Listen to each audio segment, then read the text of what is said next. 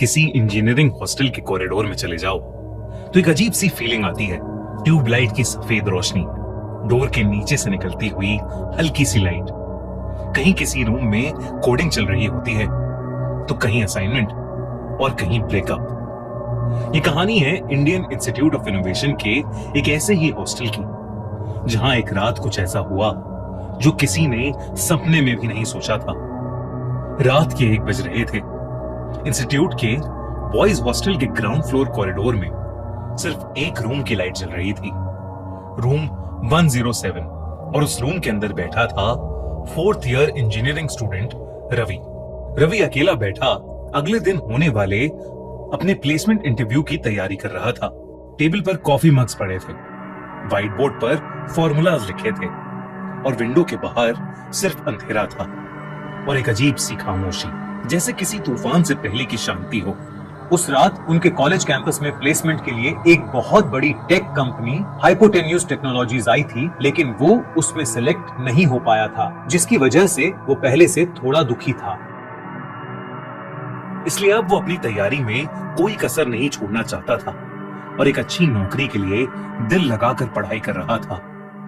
तभी उसे एक जोर की ठक की आवाज आई।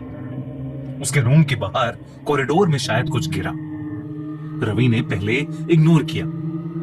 हॉस्टल में आवाजें आना नॉर्मल होती हैं।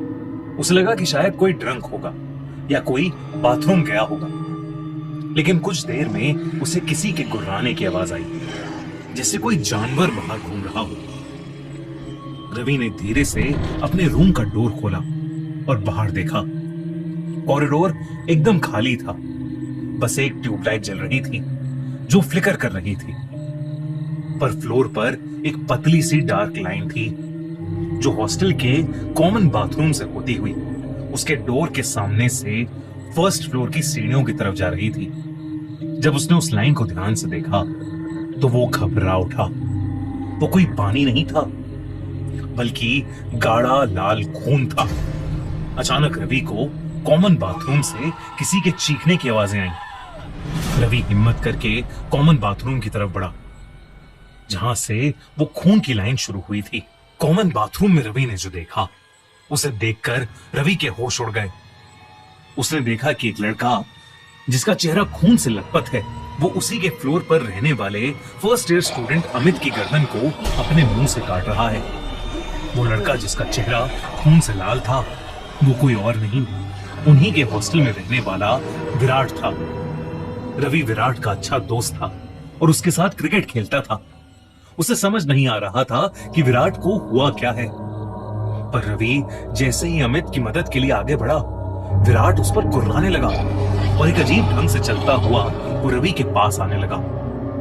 विराट का एक खूंखार रूप देखते ही रवि डर के मारे वापस अपने रूम में भागा और उसने अपना रूम अंदर से लॉक कर लिया। तभी उसने अपना फोन देखा। Hostel group, 50 messages. Bro, room lock करो, don't open the door, college में लोग पागल हो गए हैं, काट रहे हैं एक दूसरे को। रवि ये मैसेजेस पढ़कर हैरान हो रहा था।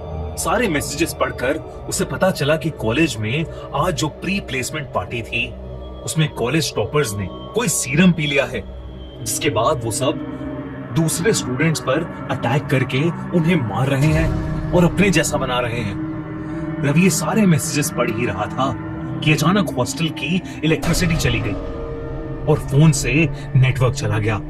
पूरा रूम अंधेरे में डूब चुका था। सिर्फ लैपटॉप और मोबाइल स्क्रीन से हल्की ब्लू लाइट निकल रही थी और उसी ब्लू लाइट में रवि ने देखा कि उसके रूम के बाहर कोई खड़ा है। डोर के नीचे से एक परछाई नजर आ रही थी। ठक, डोर पर एक नॉक हुआ। पहले एक बार रवि ने घबराते हुए पूछा, कौन है? कौन है? कोई कुछ नहीं बोला। फिर 3 बार दरवाजा खटखटाने की आवाज आई।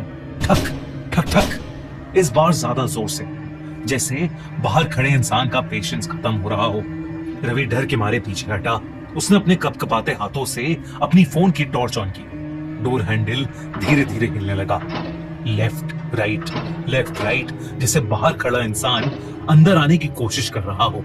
अचानक वो हैंडल जोरों से शेक होने लगा और फिर रवि के हॉस्टल रूम का दरवाजा जोर से हिला। पहले एक बार, फिर दूसरी बार। ऐसा लग रहा था कि कोई उसे तोड़ने की कोशिश कर रहा है। दरवाजे की लकड़ी धीरे धीरे क्रैक होने लगी थी, लेकिन फिर अचानक से एकदम शांति हो गई। बिल्कुल साइलेंस, कोई मूवमेंट नहीं, कोई नॉक नहीं, कुछ नहीं। 5 सेकेंड, 10 सेकेंड, 20 सेकेंड, कुछ भी नहीं। रवि धीरे धीरे डोर के पास गया।